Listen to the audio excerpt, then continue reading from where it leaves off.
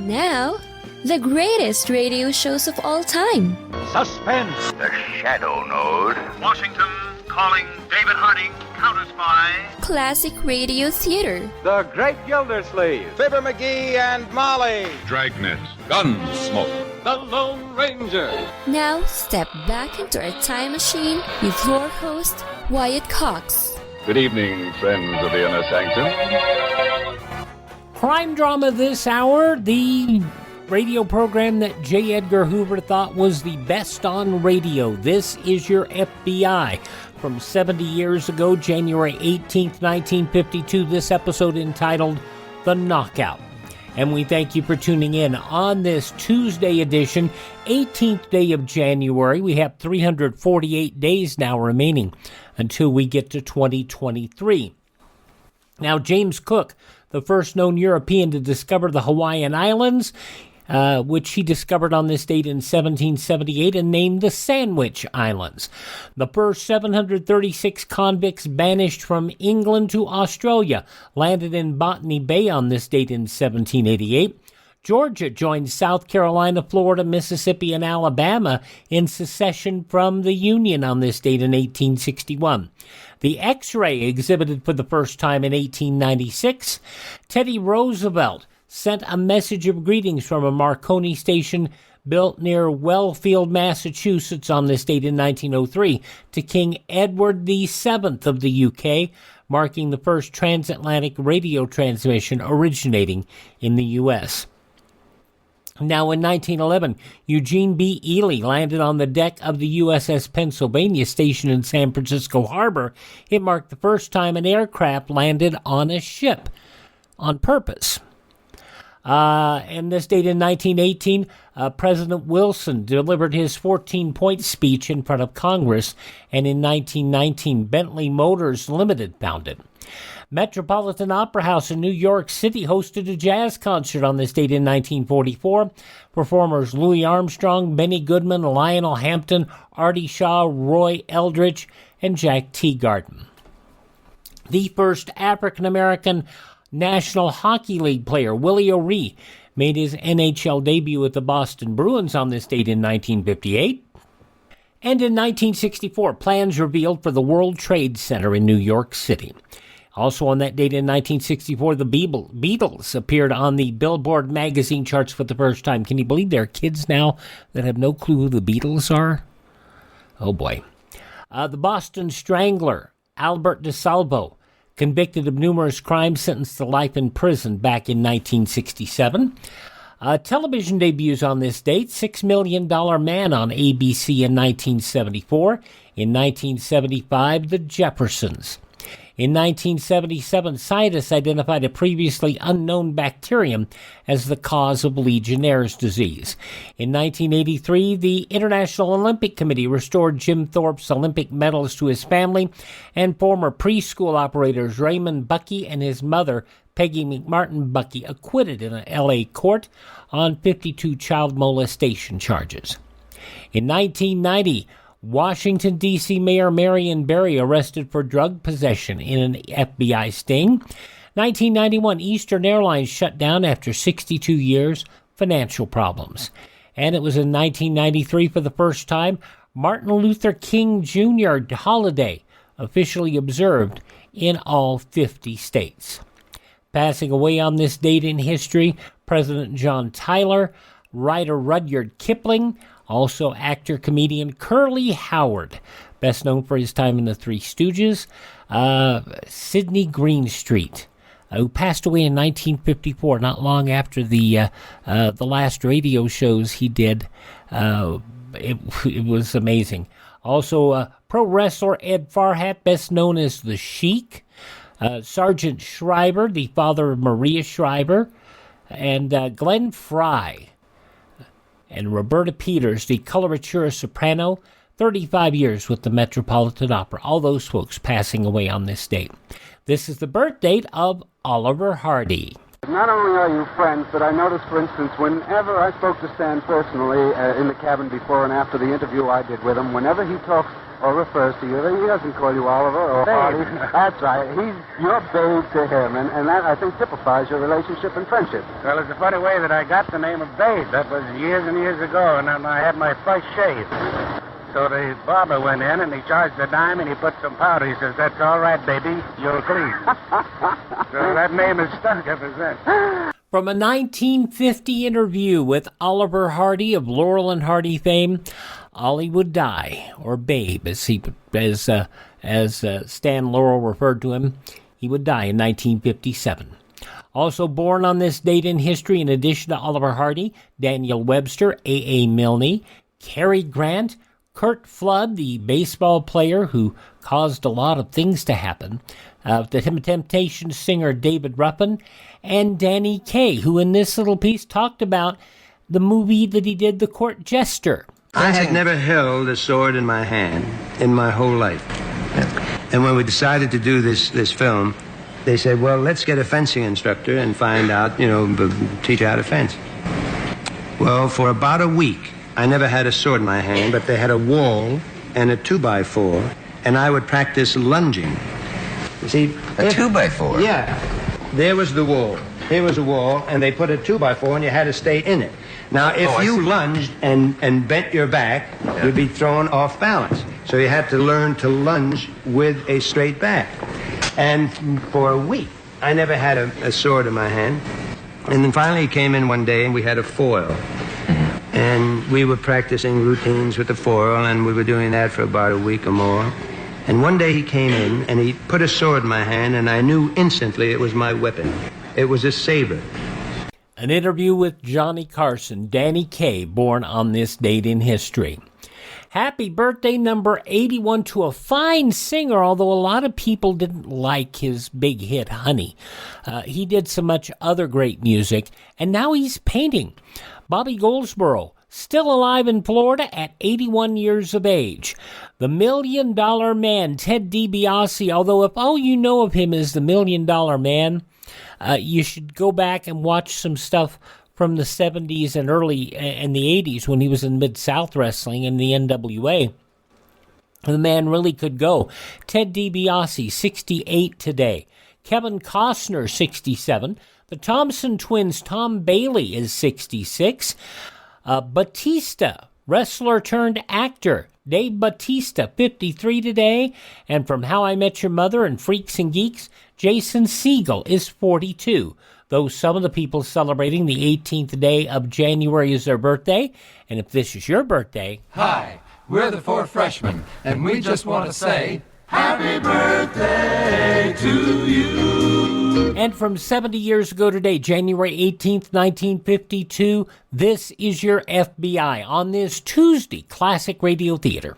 Our U.S. Constitution is amazing. It's full of what's called negative rights, designed to protect us from the corrupt powers of a dictatorship. Like our right to worship our own God, not some official state religion. Our right to prevent the government from seizing our property without paying fair market value for it. Or our right to be tried by a jury of our peers, people like us, not by some star tribunal. And that's why America has become the richest, most just society in the world. Other countries force so-called positive rights onto their citizens. These enable one group to take from another group their free speech, money, and choice by using government force. Socialists love wielding this power over people. Sometimes we take our freedoms for granted, but we can lose our Bill of Rights and our Constitution and become like Venezuela or North Korea, failed, brutal socialist regimes. We need your help to spread the good news about our amazing U.S. Constitution. Help us take back America. Go to ouramericanrights.com. Brought to you by the American Media Council. Thanks for tuning in on this Tuesday Classic Radio Theater. We go back 70 years to January 18th, 1952. This is your FBI and the Knockout. This is your FBI.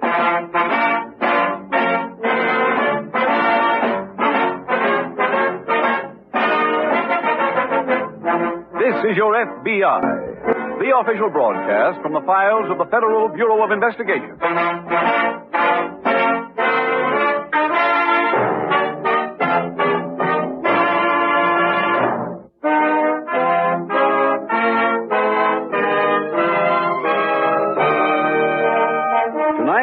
The subject of our FBI file, Grand Larceny. Its title, Knockout.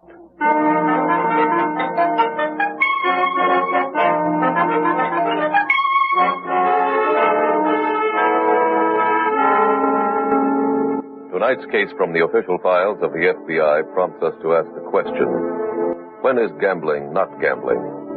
The answer is when there is no risk involved. For the dictionary defines the word gamble as, quote, to hazard something on a chance, end quote. And that's exactly what thousands of people who place bets with bookmakers do not do. For in far too many cases, the event they bet on has been fixed, the winner already chosen. Not only does the innocent bettor throw his money down the drain, but he helps debase the very sport he's interested in. If you must bet, bet only with friends or through legal channels. If everyone would thus restrict themselves, the underworld would have no incentive to fix sports, and all athletic contests would be real contests.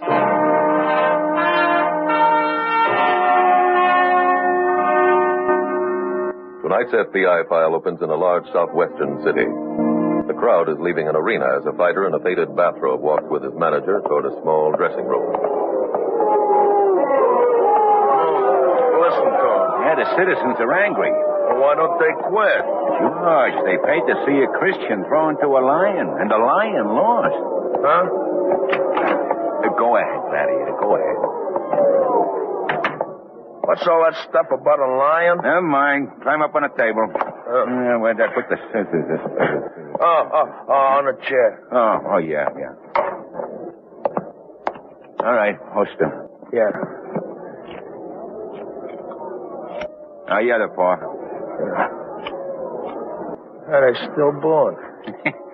George, it's been so long since you won an encounter, your memory's failing.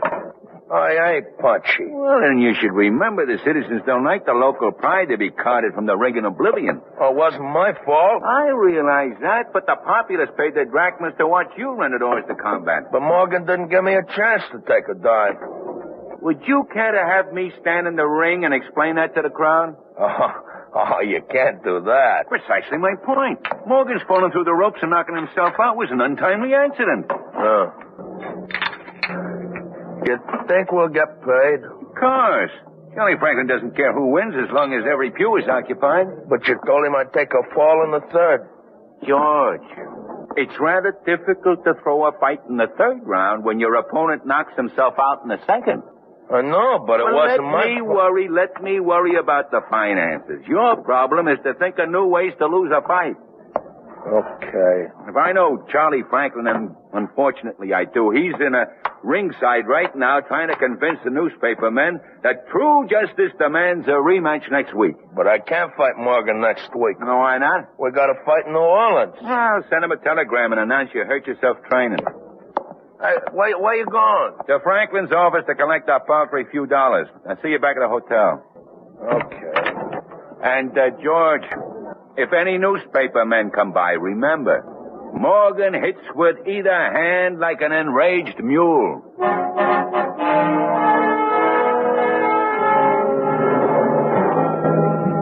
Later that evening at the FBI field office in a nearby city, Special Agent Taylor is writing a report when his phone rings.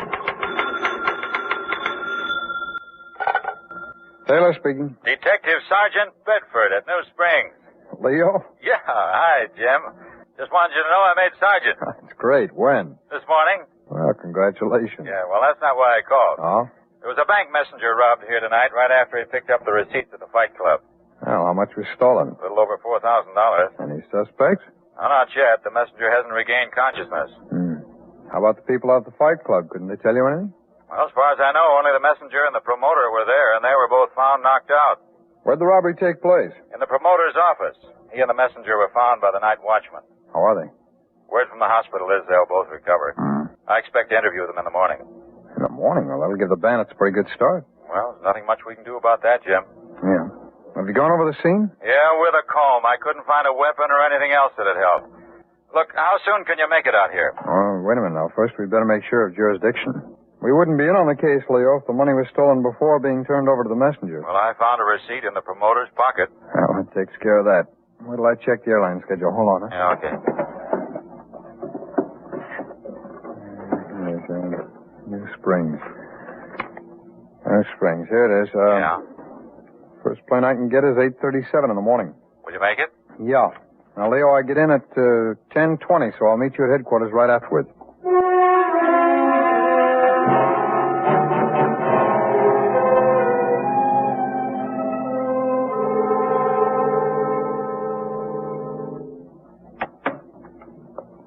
Morning, Mr. Franklin. Can't a guy get any sleep in this hospital? I'm sorry, your nurse said you were awake. I'm Sergeant Leo Bedford, Detective Squad. Well, you're late. I needed you last night when I got tapped out. Well, I'd like to ask you a few questions about last night, if you feel up to it. Sure, but I might as well tell you came to the wrong store. Oh, what? I don't know who did it. Well, tell me as much as you can, Mr. Franklin. Well, let's see. The guy from the bank came up to my office at about 10:30. Mm-hmm. The main go was over early. Yeah, I know. I give the guy my deposit, and he takes off.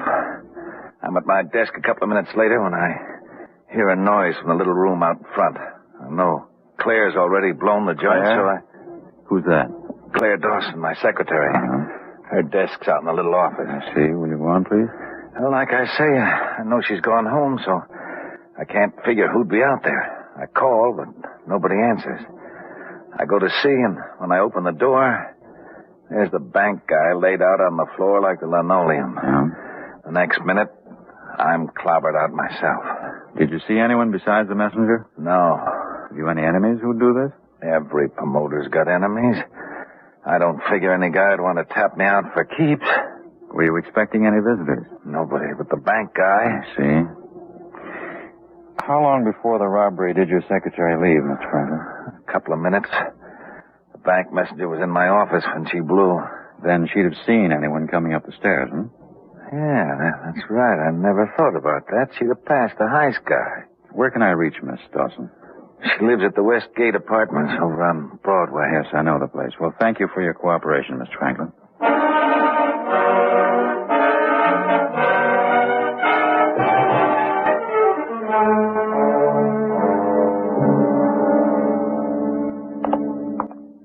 Jim? Oh, Jim. Oh, hi, Leo. Hi. Hey, where'd they move your office to? Oh, down the hall. Come on. I was just over to the hospital to interview Charlie Franklin. He's that promoter. Oh, did you get anything? Well, they never saw who hit him. But he said his secretary left just before the robbery and might have gotten a look at the bandit on her way out. Is she available? Yeah, I called her. She said she'd meet us. Should be here now. Oh, great. Well, Leo, did you talk to the messenger? No, he's on the critical list. Oh. And here we are, Jim. Go ahead. Thanks, Leo. Sergeant Bedford? Yes, ma'am. I'm Claire Dawson, Mr. Franklin's secretary. How do you do? This is Agent Taylor of the FBI. How do you do? Miss Dawson, I assume you know about the robbery last night? Sergeant Bedford told me about it on the phone. Oh, I see. What time last night did you leave Mr. Franklin's office? Oh, about 20 after 10. Just before the holdup. Who was there at the time? Mr. Franklin and the bank messenger. Did you notice anyone near the office when you left? Well, as I was going down the stairs, Mr. Archer was on his way up. He asked me if my boss was in and kept going toward the office. And who's Mr. Archer? Moon Archer. He manages George Putnam. Putnam fought at the arena last night, Jim. I thought he was going up to collect his purse. But you know where Mr. Archer could be reached? Well, he was stopping at the New Springs Hotel. Was? Well, usually the fighters and managers pull out the day after the fight. Well, Leo, we can call and find out if he's still registered. Jim, do you mind handling that? No. I thought I'd run back to the hospital and wait for a chance to see the messenger.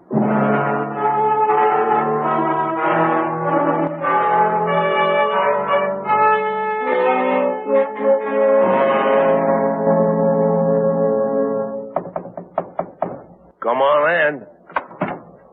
This Mr. Archer's room? Uh-huh. Is Mr. Archer in? No. Are you George Putnam? Uh-huh. Mr. Putnam, I'm a special agent of the FBI. Here are my credentials. Hi. You know where Mr. Archer is? He ain't been here all night. You haven't heard from him? No. Well, there was a holdup last night in the office out at the arena.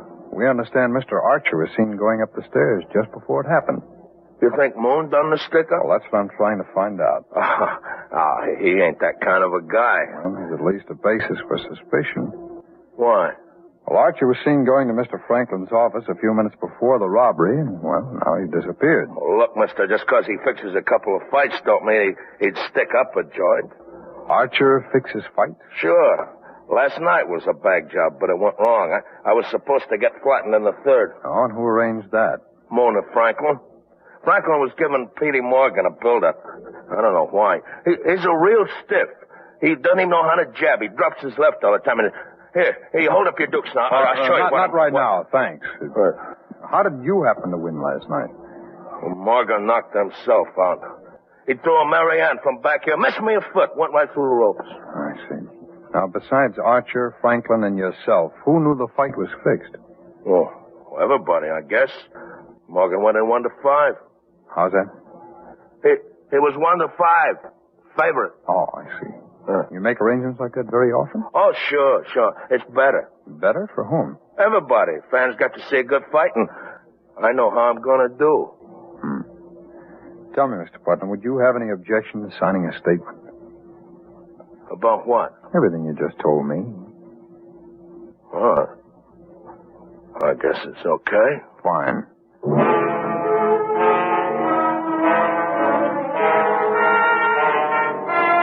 From 70 years ago, January 18th, 1952, this is your FBI. I'm Wyatt Cox. Thank you for tuning in to Classic Radio Theater. The news from 70 years ago comes up when Classic Radio Theater continues. Here's some great news. If you missed the deadline to sign up for health insurance, or if, like a lot of people, you just have a plan you're not happy with, you still have a choice. It's called MediShare. It's a Christian healthcare sharing program. There are more than 400,000 members now, and they love it. In fact, MediShare has double the customer satisfaction rate compared to that of health insurance. And MediShare really is the gold standard when it comes to healthcare sharing. It's been around more than 25 years. Members have shared more than $4 billion of each other's medical bills. Plus, MediShare is for you. It has saved its members billions by advocating on their behalf. Best of all, the typical savings for a family is around $6,000 a year. So if you think you're stuck with a high-cost health plan that doesn't have much to offer, think again. MediShare has a 98% customer satisfaction rating, and you are invited to be part of it. Call now. 833-34-BIBLE. That's 833-34-BIBLE. 833-34-BIBLE.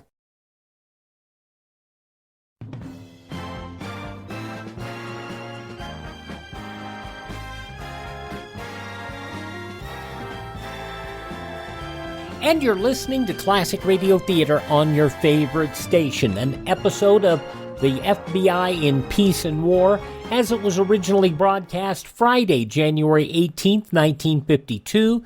In the newspapers of that Friday, 70 years ago, these were some of the headlines. General Matthew B. Ridgway conferred secretly with the UN truce delegation and his top field general in Korea yesterday. The armistice talks at Panmunjom remain stalled, as they have been since November 27th, on the issue of prisoner exchange and truce supervision. Another meeting set for today. Prime Minister Winston Churchill appealed yesterday for not gold but steel to strengthen Britain and urged the U.S. to maintain its atomic lead over Russia as the supreme deterrent against World War III.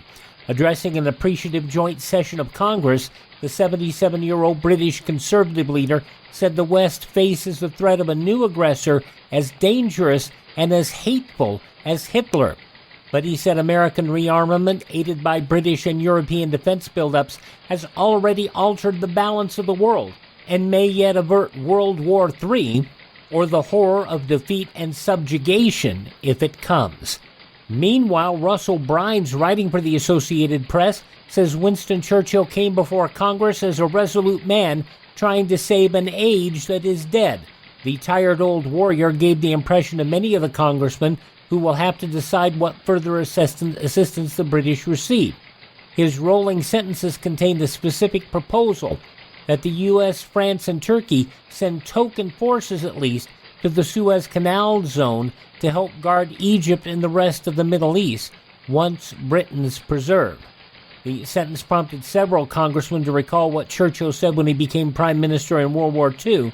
He said, "I did not become His Majesty's first minister to preside over the liquidation of the British Empire." Today, with much of that empire gone and much imperiled, Churchill convinced many of his listeners that he was still trying to preserve it. The U.S., Britain, and their allies in Korea have generally agreed to warn the Chinese communists that the China mainland will be bombed if they sign a truce and then break it. The United Nations decision was tipped off by British Prime Minister Winston Churchill in his address to Congress and confirmed late yesterday by other official sources. The United Nations decision means that Red air bases, communication centers, arsenals, power plants, and other war-supporting centers in Red China would be bombed if the Reds broke a truce. The strategy also calls for a possible naval blockade combined with new ground offensive in Korea itself. 20-year-old Wilson Curtis's extravagance in stamps proved to be his undoing. While working in a Memphis men's clothing store as a wrapper and mailer during the Christmas shopping rush, Curtis mailed himself a suit and 3 ties without bothering to drop $76 in the till. He lavished further 38 cents worth of stamps on the package. Well, postal inspectors returned the package to the store with a note that it needed only 18 cents in stamps. A checkup followed, and Curtis pled guilty to petty larceny, sentenced to 11 months and 25 days at the Shelby County Penal Farm. And Leonard Bunch Jr. has a new car. That's not unusual, but on New Year's Eve, 2 sailors gave Bunch the keys to the car and said, "You can have it." Well, he was grateful but suspicious, turned the keys over to police. Officers agreed it looked strange, but they investigated. They found Raymond Oldham, a sailor at Norfolk, Virginia, car registered in his name in Rhode Island. Sure, he says, it's Leonard's. He said he didn't want the 1938 car any longer and just gave it away when it broke down as he was returning to Norfolk from his Valley Falls, Rhode Island home. And those some of the day's top news stories as reported in the newspapers of Friday, January 18th, 1952, on your radio, this is your FBI, which continues now on Classic Radio Theater.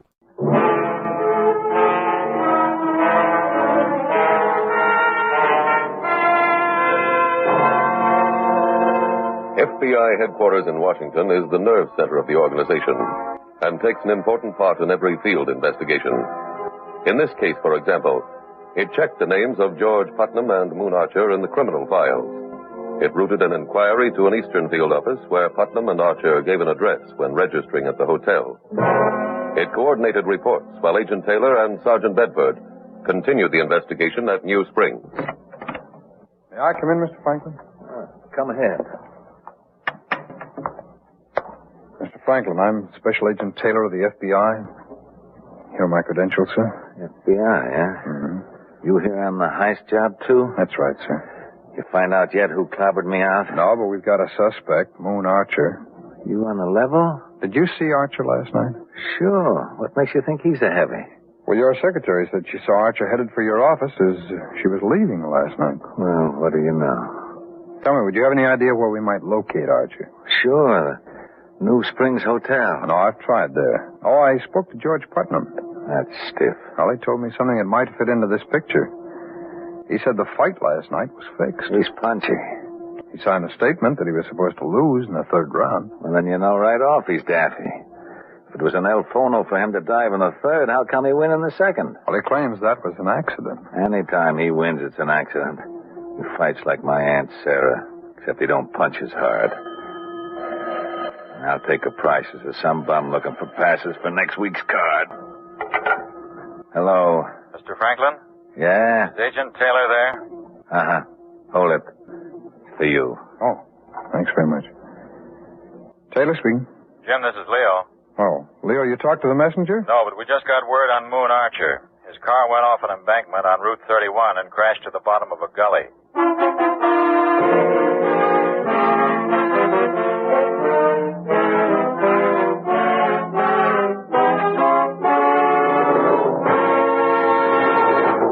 From January 18th, 1952, this is your FBI. I'm Wyatt Cox, and we'll have the conclusion next on Classic Radio Theater. Mike Lindell, the inventor and CEO of MyPillow, wants to give back to listeners. You can get great discounts on all MyPillow products if you go to MyPillow.com. Click on the radio listener special.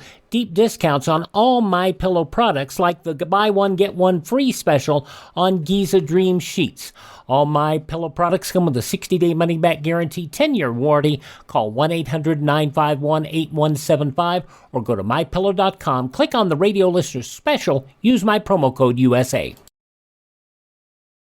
On Wednesday's Classic Radio Theater, Frank Sinatra stars as Rocky Fortune in an episode from his short-run 1953-54 show from 68 years ago, January 19th, 1954, The Museum Murder. Rocky's running a tour through a New York museum. He finds a corpse, an adventure in a mummy case. That's coming up on Wednesday's Classic Radio Theater, but let's wrap up this Tuesday edition from 70 years ago, January 18th, 1952. This is your FBI.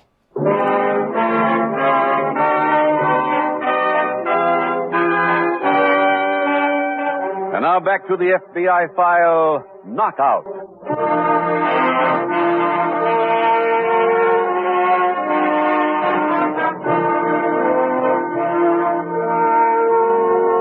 Earlier in tonight's program, you heard the prizefighter explain his method of earning a living by throwing fights.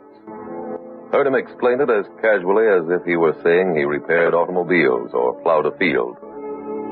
Many of you are familiar with the arrest of a number of college basketball stars. Young men who likewise could see nothing wrong in doing business with gamblers. It is time for the American people to band together at their community level and counteract the inroads of immorality, of crime. For crime must be fought as we would fight any other contagious disease that threatens us all.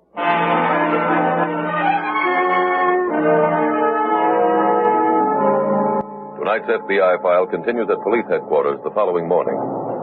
Leo, I just saw Moon Archer out at the hospital. I thought he wasn't being allowed, visitor. Well, the doctor let me go in for a minute. Did you get anything? No, he's still in shock. He's not making too much sense when he talks. Apparently, after an accident like that, the victim sometimes loses some of his mental coordination. Then we may never get anything from him. Well, doctor says condition isn't permanent. Did the doctor give you any idea when he might recover enough to be questioned? Well, they say maybe a day, maybe a month. Well, Jim, I called the property room at the hospital. Archer had $11.40 on him when he was brought in. And do you suppose that $4,000 is still in the car? No, the state troopers searched for it. Leo, are there any night safety deposit vaults in town? Yeah, one. Can you check and see if Archer rented a box? Sure. Fine. I'll cover the Western Union office and find out if he wired the money to anyone.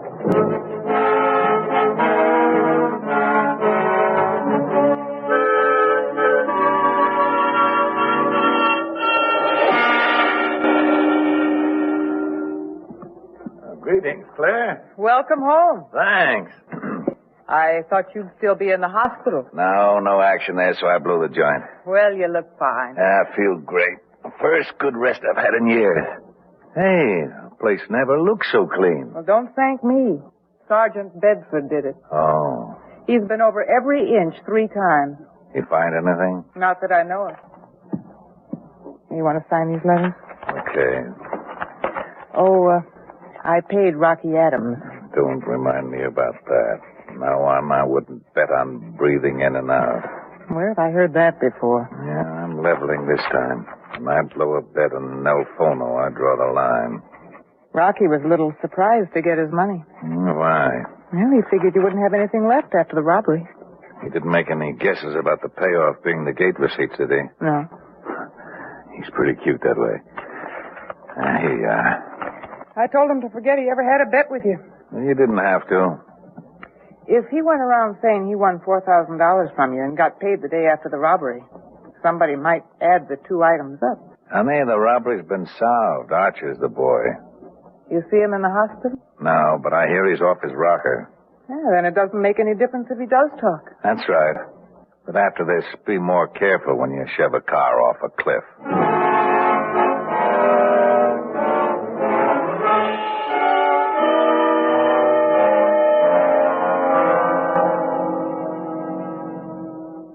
Calling Dr. Chantromino. Calling Dr. Chantromino.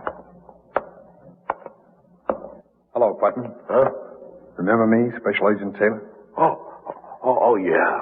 Mr. Archer awake? I guess so. Well, you just came out of his room, don't you know? Well, his eyes are open, but he talks real slow, and he ain't too quick on the uptake. Oh, then he must be getting better. Huh? Oh, the doctor told me he'd have a period of dull speech and slow thought patterns just before his recovery. Moon's got nothing on me with them slow thoughts, but I didn't have no accident. Oh? I just got a plain hangover. Me and Petey Morgan tagged one on till 6 a.m. Petey Morgan? Yeah, guy I fought the other night. Are you two friends? No. I run into him in a saloon. He flashed a bundle and said some guy give it to him for losing. I helped him spend it. You said you were supposed to fake being knocked out by this Morgan? That's right. But he beat me to it. Who gave him the money he was flashing? I don't know. You know where I can locate Morgan? Well, he hangs around a joint called Louis. Thanks. I better find out if that story's true.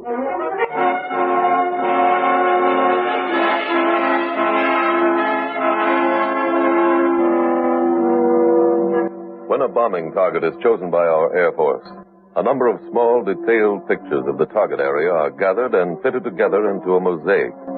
A large picture made up of all the little ones. Each lead in an investigation is like one of those smaller pictures, full of detail, but only part of the whole story. In this case, Agent Taylor left the hospital and went searching for Pete Morgan. Finally, Morgan was located and interviewed. After that, Agent Taylor returned to police headquarters. Leo, you know a man named Rocky Adams? Yeah, I certainly do, Jim. Who is he? Oh, sure-shot gambler. Been arrested a dozen times for bookmaking. Whenever I bring him in, he pleads guilty, pays a $50 fine, walks out free. Bookmaker, huh? Yeah, what makes you ask about him? Oh, I saw George Putnam out at the hospital. He says Pete Morgan, the man he fought, told him last night he was paid to lose the fight. Well, let's get hold of Morgan. I've already seen him. He admits Adams paid him to lose in the second round. You ask Adams about that? Well, Adams claimed he didn't win a nickel on the fight, never gave Pete Morgan any money. He doesn't even know Morgan. Naturally. Oh, did you get to see the bank messenger? No, but I spoke to Moon Archer. Oh, is he coherent now? Yeah, but his story only adds to the confusion. Why, what did he say? He claims he walked into Franklin's office and saw the messenger on the floor. Now, not in the small anteroom, the way Franklin tells it, but inside the office. Oh? He also claims Miss Dawson was there when he arrived, so obviously he's lying, or she is, when she says she passed Archer on the steps. He say anything else? Well, that's all he remembers before he was knocked out. He claims the next thing he knew, he was in the hospital. That's becoming a familiar story. Yeah.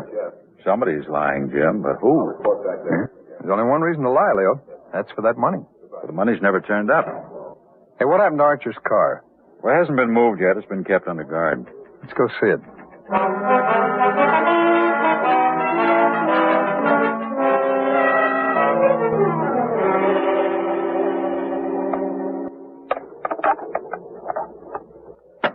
Nothing in the glove compartment, Leo. Yeah.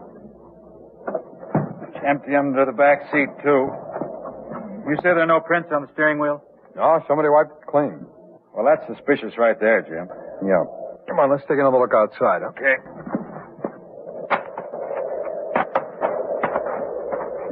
Sure wish this ground was softer. Good set of footprints. Coming mighty handy. Yeah. But it also ensures that nobody could bury the loot out here unless they drilled a hole to do it. Hey, wait a minute. Leo, how'd we ever miss those? Miss what? Look here. These hand outlines in the mud on the back of the car. Whoever made them was apparently wearing gloves. Leo, looks like somebody drove Archer out here, then pushed the car off the road. Yeah. Yeah, but without prints, it'll be tough finding out who it was. Maybe not, Leo. Come on, let's get back to town.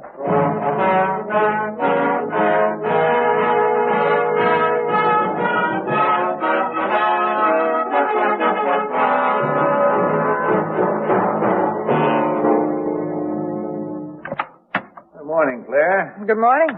What's going on? Moon Archer was here. Huh? He got out of the hospital today. I thought they arrested him for the stick-up. Well, if they did, they let him go. Any cops been around? No. How about the FBI guy? I hear he left town. Did you see the paper? No. The bank messenger's recovering. That's okay. He won't be able to tell anything, will he? Of course not. He was so... Come in. Hello there. Hello, Mr. Taylor. Sergeant Bedford. Morning. Well, Claire, we're well protected now. Yeah. Say, it's none of my business, but I hear you let old man Archer go. Yes, he was released from the hospital this morning. Why do you let a man like that walk around free? Oh, I think I can explain that, Miss Dawson. Here, I believe these clothes are yours. Where'd you get them? Sergeant Bedford and I picked them up from your cleaners. What? Our lab says the mud on your gloves matches the mud from the back of Mr. Archer's car. What is all this? Why don't you just go out and find the guy who stole the dough? We have. You're both under arrest.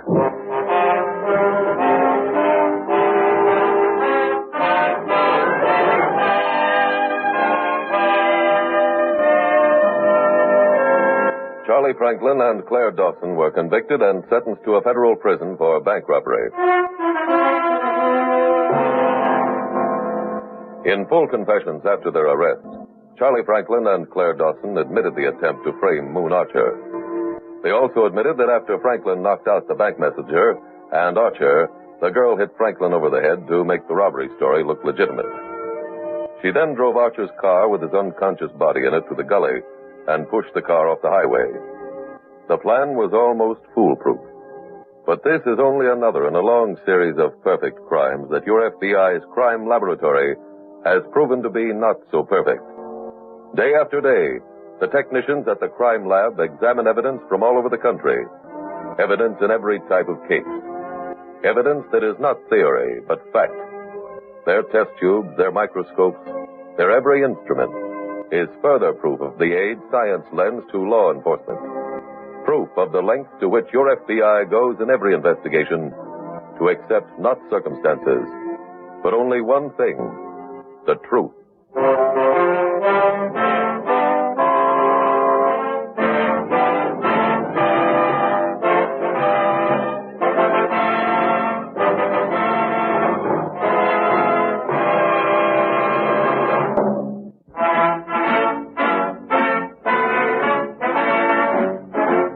The incidents used in tonight's broadcast are adapted from the files of the Federal Bureau of Investigation. However, all names used are fictitious, and any similarity thereof to the names of places or persons, living or dead, is accidental. This is Your FBI is a Jerry Devine production.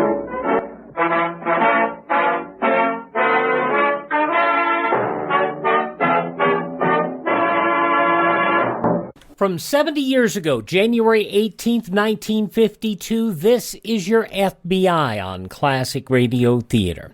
I know we ask this a lot, but if you haven't done it, please thank this radio station and support their advertisers. It is their kindness and courtesy that allows us to be with you each and every time we roll around. The stations put us on, the advertisers pay the bills. It's as simple as that. Also, would you also do me a favor and visit my webpage over at classicradio.stream, bookmark it.